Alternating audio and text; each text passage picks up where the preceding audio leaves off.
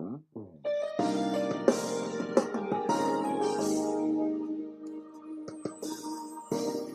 worship your name, Lord, until your glory falls on us. We'll worship your name, Lord, until your glory falls on us.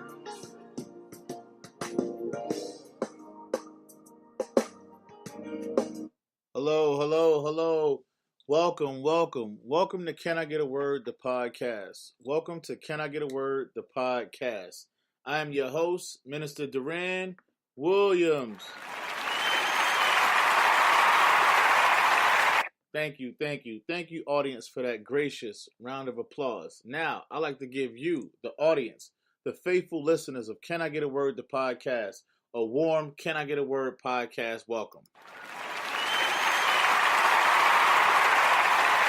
Wow. Thank you for joining in. Those who tuned in yesterday know that I did the introductory episode for the I Have a Dream preaching series in honor of Dr. Martin Luther King.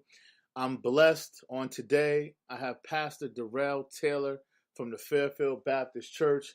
Say hello to the people, Darrell. Hey, how y'all doing out there today?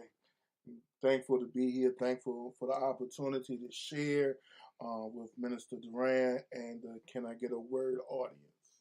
Right. So you are definitely in for a treat today. If you follow me on social media, whether it's Instagram or Facebook, you know that I've been sharing clips the last 2 days of Pastor Tailor preaching on this past Sunday.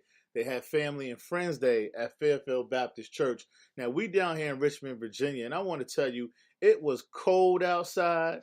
It was residue from the snow.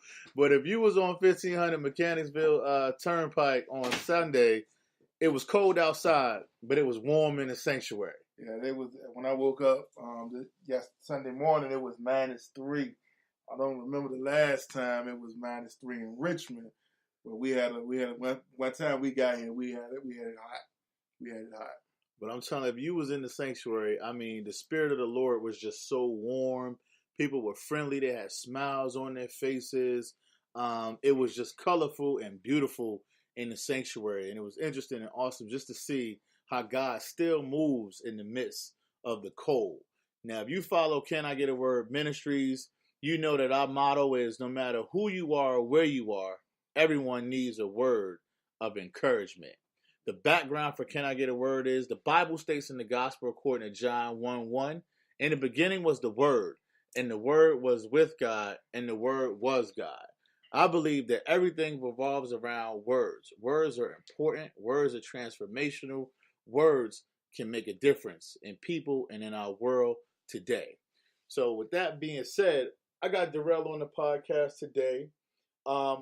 And this month of January, we're talking about preaching. We're talking about preaching because we want to serve as a resource for young ministers, aspiring ministers, seasoned ministers, because we know that there's certain fundamental ingredients, components to go into being an effective preacher.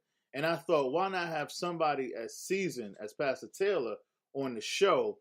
Because I've gotten the opportunity to hear this man preach, whether it was a homegoing service or just a regular service at his church. He's an awesome man of God with a voice for this time and this generation. So, Darrell, how long have you been preaching? I've actually been preaching. I am almost out of 40 this year.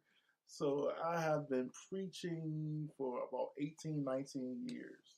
I've been licensed to preach that long. Yes, sir. Okay. Now, you mentioned licensed to preach. Now, what does it mean when a person is licensed to preach? The license to preach is your church actually recognizing your gift after you've walked a little bit, after you did some studying, after you've been faithful, to be able to know that your pastor recognized the gift of preaching in you. You've expressed your call to the ministry, and then after you express your call, being able to be recognized by your church to get licensed. It was actually prophesied on me when I was 12 years old that I would be preaching one day. I would preach the gospel, and I didn't want to preach. I mean, I loved Sunday school as a kid. I love VBS, but growing up as a teenager, you like, I ain't trying to do that preaching thing. Them dudes' lives are, they got to be perfect to be up in the pulpit. And then I actually answered my call year out of high school, so I was 19 years old when I answered my call. And I recognized the call and the pull and the tug that God was having on my life.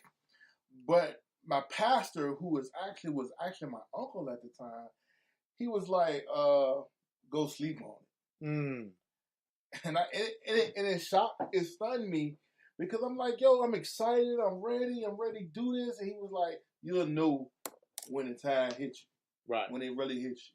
We'll go sleep on it. And I was a little hurt at first. Right. And being hurt about, your calling, and that God has put something on you and you kind of feeling it. But he was kind of teaching me that it was not an emotional call. Right. Had to be a spiritual call. Right. And so at the time he was actually living literally around the corner from my house. I mean, I walked up the alley. He was there. That's where he was living at the time. And our church was in the middle of our neighborhood. So it was like 2:00 in the morning. And I just felt, I woke up. I felt the hand. I felt the movement. I felt the voice. And I heard the voice of God in my ear. And it was like, it's time. And I woke up. I was crying. I was singing. And if you know me, I don't have a voice for singing. But I was singing, and my mom came into my bedroom. I was still living with my mother at the time. And she was like, yeah, just go ahead and praise him. And she went back to bed. It was 2:00 in the morning. She had to go to work. So at 5:00, 5:00 a.m., when I thought it was a respectable time, right, I walked to my uncle's house, and he was still in his room, and I was like, yo, I just feel it. I feel it. And that's when he said, you ready now? You really ready to experience that? Wow. That's an awesome call story. It's interesting that you were a young man and heard the Lord speaking to you. What advice would you give to young men and women today that might hear that same voice that you heard? Be ready to experience ridicule. Be ready to experience hardship. Be ready to be a leader in your church and in your community, but also be unadulterated you. Because sometimes it's hard finding yourself in the midst of the ministry. Sometimes it's hard finding yourself in being with the church, the church wants you to be, but also trying to be who God called you to be, and not losing your identity in the process. Because your identity makes your call greater. Because you can't be T.D. Jakes. You can't be Creflo Dollar. You can't be E. Dewey Smith. You can only be who God called you to be for the time that God called you to be that person. That's interesting, man, because we living in this social media generation and age where a lot of people are influenced by what they see on social media.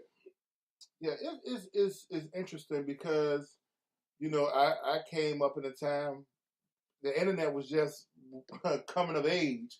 We still had dial-up, and some people didn't even have dial-up in their homes. But you see now where you can have preaching at the click at the end of your fingertips, right. And a lot of people see the lucrative parts of the ministry, but they don't understand the crying. They don't understand the pain. They don't understand the process that it comes with being in the ministry. And the process of being in the ministry is you're going to suffer for your calling. Everyone is not going to be called to the megachurch. Some of us, like myself, I'm in a small to mid-sized church, right? But we're trying to do big ministry. And when you have these smaller churches, which actually can really, really positively affect the communities that you're in, because you don't have to go through so much red tape right. just to help somebody. Right. So I was actually at your installation service. Mm-hmm. So you mean to tell me when they put that beautiful, like, sky blue looking robe on you? Oh, today is actually the anniversary of my official installation day. Yeah. Happy anniversary. Thank you. We got Reverend Pat Rogers on, Pastor Joe Kendrick out in Oklahoma City, and Andrea Green tuning in. So you mean to tell me when they put that nice robe on you and you got the gifts and everything, it wasn't all sweet? It ain't all sweet? I mean, it is sweet. It's humbling. Yeah. It's humbling because the calling of being a pastor in your church, meaning it's on you. Right. You are to lead the congregation. You are to lead them. You're basically the CEO of the church. Right. But you also have to understand who they are spiritually. You have to understand who they are in the community. You have to understand the people, the touch, the realm of where you're ministering at. I was talking to a minister one time, and I was telling him, know your audience. Right. You can't be using language that your people don't understand and still try to effectively communicate to that group of people. Right. And that's key, I believe. So you would say a piece of advice would be for ministers, preachers to know their audience. Know your audience and know who you are.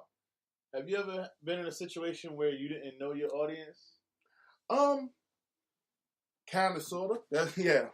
When I first started ministering, when I first started preaching, I was using the cliches a lot.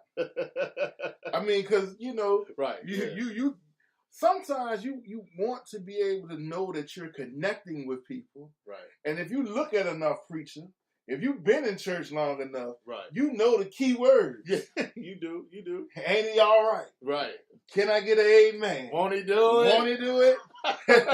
but you know the cliches, you know the key words, you know the things that will resonate with people. But when people are cliched out, what do they go home with? Young people ministering, because at the time I was 19 when I first started ministering to and being in youth ministry. Young folk did not need cliches. Right. They didn't really need hype sessions. They needed something that they can go to school with and make it through their day, even though they might not talk about God all the time, or they might not be the ones that's doing a lot, but they need a word. Can I get a word? Can I get a word? They need a word. They need a word to sustain them. Okay. Looks like we got a caller. Okay. You go ahead and answer this call. Good evening, caller. You're live. Can I get a word? The podcast. Who am I speaking with? This is Mark Davis. How's it going? Hey, brother Mark. How you doing? How's it going? It's going good. Thanks for calling in, man. Yeah. I'm glad that the podcast is going well, and I'm glad you got this topic about sermon preparation. I think it's critical that clergy understand the importance of proper sermon preparation, so that folks can better understand the word and can better be used by the Lord. So I'm just glad you're doing this thing, man. Yeah, man. We just want to be a resource for ministers because we believe that several people have a voice, have a word, and they need encouragement. They need advice. They need preparation. They need assistance. Mm-hmm. That's right. And I think it's important that folks understand that the call to ministry. One of the first things we learned when we were in seminary, that the call to ministry is a call to preparation. So that when you hear that call from the Lord, one of the first things you need to start doing is preparing yourself, and that this is a profession, and just like if you were called to be a doctor, you're called to go to medical school. If you're called to be a lawyer, you're called to go to law school. I'm not saying that everybody has to go to seminary, but people need to seek preparation and training. So I think it's very, very important that those of us who are in the household of faith and those of us who are called to various ministries prepare ourselves and train ourselves. So I think that's so critical.